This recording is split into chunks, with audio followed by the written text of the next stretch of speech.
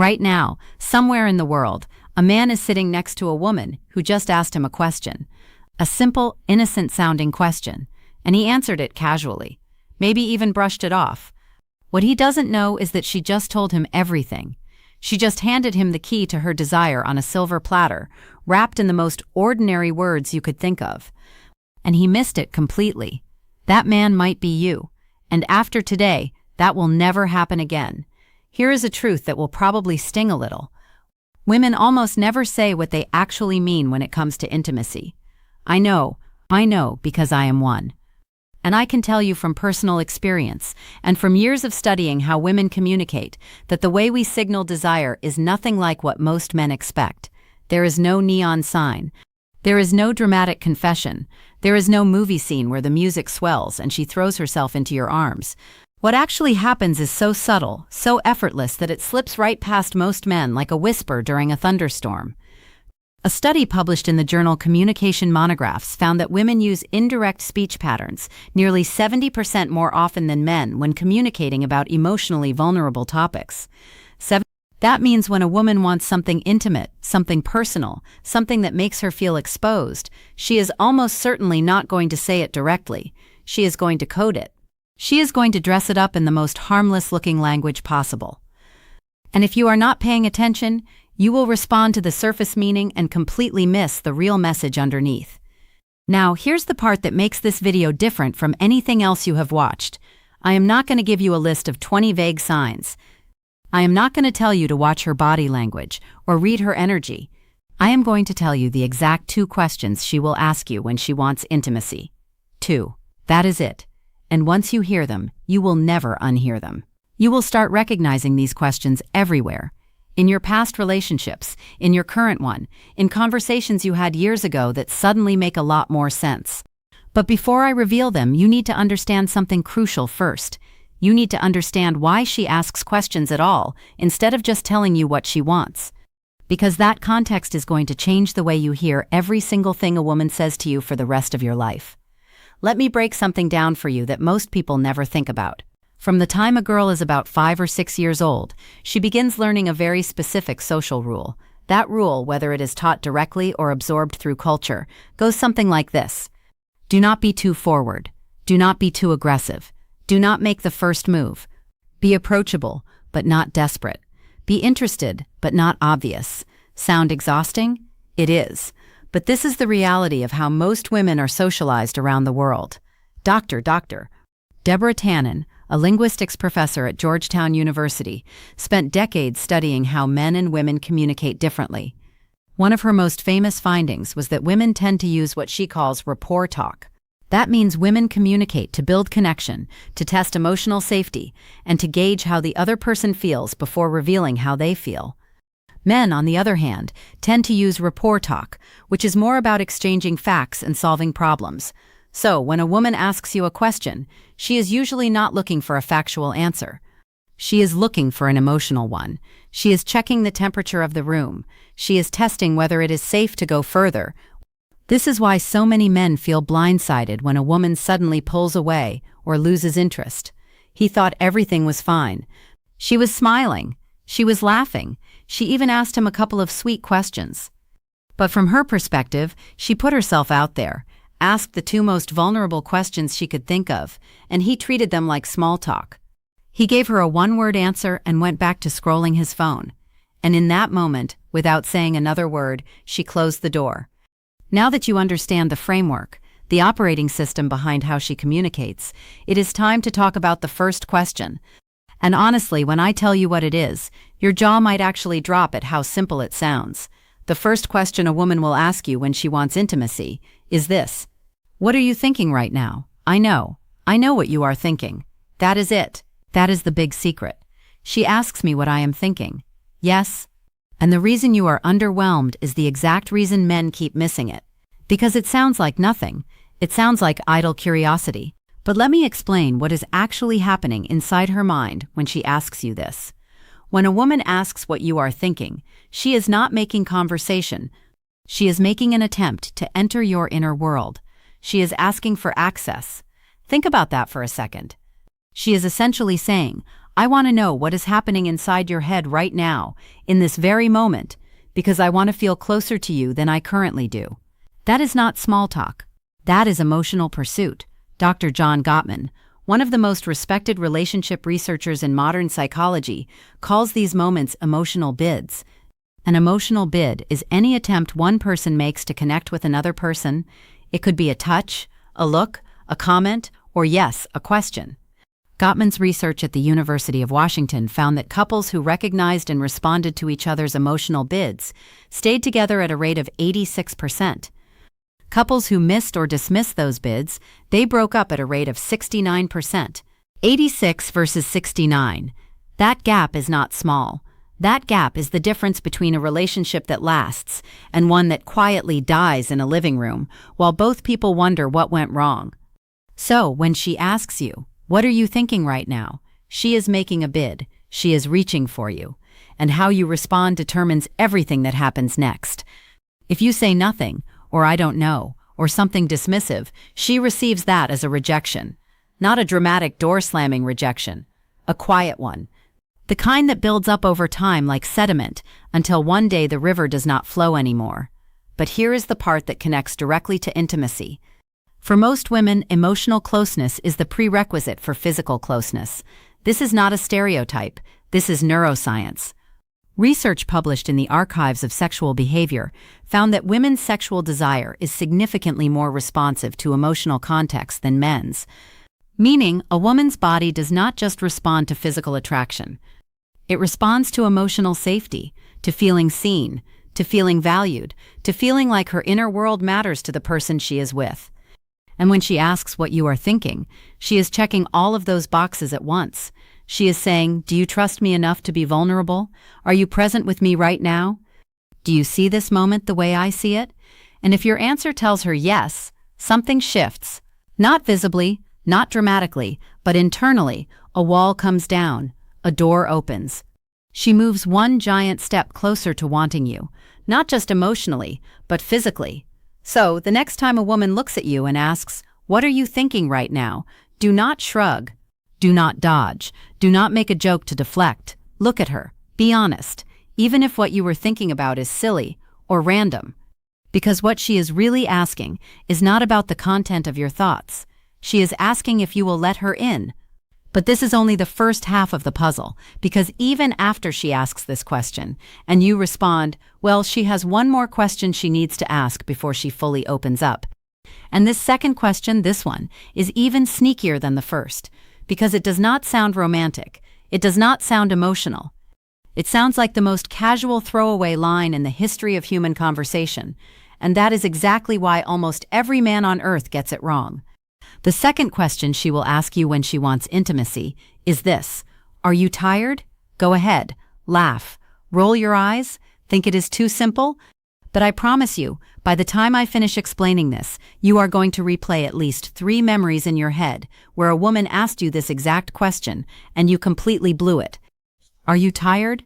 is one of the most brilliantly disguised questions in all of human communication. On the surface, it sounds like concern. It sounds like she is being thoughtful, checking in on you, making sure you are okay. And sure, sometimes that is all it is. But in certain moments, in certain context, especially late at night, after a date, after a long conversation, after a moment of closeness, this question is not about sleep. It is about permission. What she is really asking is, "Are you available? Do you have energy for me tonight? Are you going to roll over and go to sleep? Or is something else going to happen?" And she phrases it this way for a reason. She phrases it as a yes or no question about fatigue because it gives her plausible deniability. If you say, "Yeah, I am exhausted," she can nod and say, "Okay, good night." And no one gets embarrassed. No one gets rejected. The moment passes without any awkwardness. But if you say, "No, I am not tired at all," she now has the green light to take the next step, to move closer, to touch your arm, to suggest something, to create the kind of moment she has been building toward all evening. This is the brilliance of female communication. And honestly, men should be taking notes. She manages to ask one of the most loaded questions possible while leaving herself a perfectly safe exit. That is emotional intelligence operating at a very high level. Let me give you a scenario to make this crystal clear. You have been on a great date, dinner, conversation, laughter. You walk her to her door, or you are sitting on the couch at one of your places. The energy has been building all night. She has been leaning into you, making eye contact, finding reasons to touch your hand. And then, in a quiet voice, she asks, "Are you tired?" If you say, "Yeah, kind of," she will smile and say, "Okay, well, I had a great night." And she will mean it, but she will also be disappointed in a way she will never tell you about, because she gave you the signal. She opened the window and you closed it without even knowing it was open. Now compare that to this response. She asks, "Are you tired?" And you look at her with a slight smile and say, "Not even a little." Something changes in her eyes. You might not even notice it consciously, but she just received confirmation that the next chapter of the evening is possible. You did not pressure her. You did not make a move she was not ready for. You simply told her that you are present, you are available, and the night does not have to end yet. And for a woman, that answer is everything. A survey conducted by the Kinsey Institute found that for women in romantic relationships, the most commonly reported barrier to intimacy was not lack of attraction. It was feeling disconnected or sensing that their partner was emotionally or physically unavailable. Let that land for a second. She is not avoiding intimacy because she does not want you. She is avoiding it because she is not sure you want her in that moment. And are you tired? Is her way of finding out without putting herself at risk. This is also why the timing of this question matters so much. She will almost never ask it in the middle of the afternoon while you are doing dishes. She asks it at night.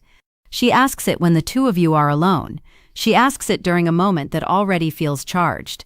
If you start paying attention to when she drops this question, you will begin to see the pattern. It always comes right before a window of opportunity, right before the moment where the night could go one of two ways. Now here is the part that makes this knowledge truly urgent. When a woman asks both of these questions and you miss them, something happens that is very difficult to reverse. She does not get angry, she does not argue. She does not give you a lecture about emotional availability. She simply files that information away. She categorizes you, and the category she puts you in is not cruel or unfair. It is protective. She labels you as someone who is not tuned into her, someone who is not paying attention. And once that label is applied, she starts to close off slowly, gradually, in ways you will not even notice until one day she seems distant, and you have no idea why. Dr. Sue Johnson, the creator of emotionally focused therapy, has written extensively about this pattern. She calls it the protest-withdraw cycle. One partner reaches out emotionally, the other partner does not respond, and over time the reaching partner stops reaching. Not because they stopped caring, because they got tired of being missed. And for women, these two questions, "What are you thinking?" and "Are you tired?" are often the last emotional bids they make before they begin to withdraw. They are the final test, the last checkpoint before she decides whether this person is safe enough to be intimate with. So, if you have ever been in a situation where everything seemed fine, and then suddenly she was cold or distant, go back in your memory. Think about the conversations you had in the days before the shift. I am willing to bet she asked you one or both of these questions. And I am willing to bet your response was something forgettable. So now that you know the questions, the obvious next step is knowing how to respond when you hear them. And honestly, the answer is simpler than you think. When she asks, "What are you thinking right now?" give her something real. It does not have to be profound. It does not have to be poetic. You could say, "I was just thinking about how good this feels sitting here with you." Or honestly, "I was thinking about something random, but now I am thinking about you." What matters is not the content. What matters is that you showed up. You gave her something instead of nothing. You opened the door she was knocking on. When she asks, "Are you tired?" and you sense that the moment is right, say no. Say it with warmth. Say it like you mean it. You do not need a smooth line. You do not need a movie-quality response. You just need to communicate one thing. I am here. I am present. And I am not going anywhere tonight unless you want me to. That is it. That is the whole formula. Be present when she asks the first question. Be available when she asks the second. Those two responses given at the right moments will do more for your connection with her than any grand romantic gesture ever could. Here's something I want to leave you with. Women are not mysterious. We are not impossible to read. We are not playing games or speaking in riddles for fun. We communicate the way we do because we have been taught that vulnerability is risky and rejection is painful. And the safest way to reach for someone is to do it with words that do not cost too much if they are not returned. These two questions, what are you thinking right now, and are you tired, are not random. They are calculated. They are intentional. They are the result of a woman deciding that she trusts you enough to let you in. But she needs to know if you are ready before she takes that final step. And now that you know this, you have a responsibility not to manipulate, not to game the system, but to pay attention, to listen with more than your ears, to hear what she is really saying underneath the words she chooses. Because when a woman asks you these questions, and you respond with presence, with warmth, with genuine attention, you are not just answering a question, you are telling her that she is safe. And for a woman, safety is the foundation of everything. Now, if what you just learned shifted something in the way you think about female communication, do me a favor, do not just click away. Leave a comment below with the word signal. Just that one word. I want to see how many of you actually made it to this point and absorbed what was shared here today, because the people who comment are the ones who internalize information. And internalizing this is the difference between knowing it and living it. And one more thing before you go. You now know the two questions she asks when she wants intimacy, but questions are only one part of the equation. The other part, her body. Specifically, there are 3 places on her body that if she allows you to touch, are a dead giveaway that she wants you. Not maybe, not kind of, she wants you. And most men have no clue what those 3 places are, which means they are constantly second-guessing themselves when the answer is literally right in front of them. I made an entire video breaking this down, called If She Lets You Touch These 3 Places, She Wants You. It is on your screen right now. Click it. Because if you pair what you just learned today with what that video teaches you, you will never misread a woman's signals again. Go watch it now. Seriously. Right.